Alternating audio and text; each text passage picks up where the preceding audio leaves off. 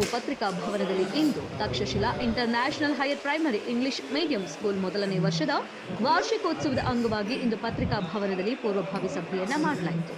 ತಕ್ಷಶಿಲಾ ಶಾಲೆಯು ನಮ್ಮ ಯಾದಗಿರಿ ಜಿಲ್ಲೆಗೆ ಮಾದರಿಯಾಗಿದೆ. ನಮ್ಮ ಶಾಲೆಯಲ್ಲಿ ಯುಕೆಜಿ 7ನೇ ತರಗತಿಯವರೆಗೂ ತರಗತಿ ಇದ್ದು ಒಳ್ಳೆ ವಿದ್ಯಾಭ್ಯಾಸ ದೊರೆಯುತ್ತದೆ. ನಮ್ಮ ಶಾಲೆಯಲ್ಲಿ ಒಟ್ಟು 220 ವಿದ್ಯಾರ್ಥಿಗಳು ಇದ್ದು ನುರಿತ ಶಿಕ್ಷಕರಿದ್ದು ವಿದ್ಯಾರ್ಥಿಗಳಿಗೆ ಒಳ್ಳೆ ವಿದ್ಯಾಭ್ಯಾಸ ಕೊಡಲು ಮುಂದಾಗಿದ್ದಾರೆ. ಮಸಾಲೆಯಲ್ಲಿ ಮಕ್ಕಳ ಆಟಕೂಟಗಳು, ಕಂಪ್ಯೂಟರ್ ತರಬೇತಿಗಳು, ಅನೇಕ ಚಟುವಟಿಕೆಗಳು ವಿದ್ಯಾರ್ಥಿಗಳಿಗೆ ಅನುಕೂಲವಾಗದಂತೆ ಮಾಡಿದ್ದೇವೆ. ಸುರ್ಪುರ್ ತಾಲೂಕಿನ ಸುತ್ತಮುತ್ತ ಹಳ್ಳಿಗಳಿಂದ ಹೆಚ್ಚಿನ ಸಂಖ್ಯೆಯಲ್ಲಿ ವಿದ್ಯಾರ್ಥಿಗಳು ಆಗಮಿಸುತ್ತಿದ್ದಾರೆ ಹಾಗೂ ನಮ್ಮ ಶಾಲೆಯಲ್ಲಿ ವಾಹನ ಸೌಲಭ್ಯಗಳು ಇದ್ದುದರಿಂದ ಹೆಚ್ಚಿನ ವಿದ್ಯಾರ್ಥಿಗಳು ಆಗಮಿಸಿ ತಮ್ಮ ಭವಿಷ್ಯವನ್ನು ರೂಪಿಸಿಕೊಳ್ಳುತ್ತಿದ್ದಾರೆ.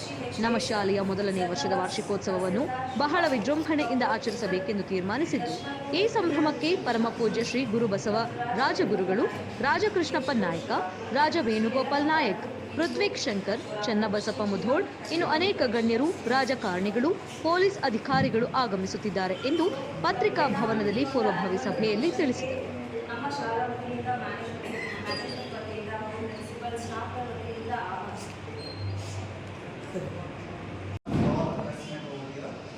I feel really it gives me immense pleasure to invite you all to the first annual day celebration of Takshashila International School, Takshuk Utsav 2025.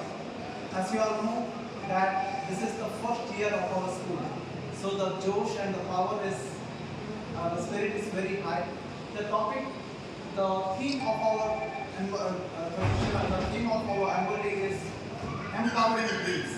Empowering dreams means it shows what is the dream of the students. We believe in Takshashila International School that every student have some or the other dream to do in their life.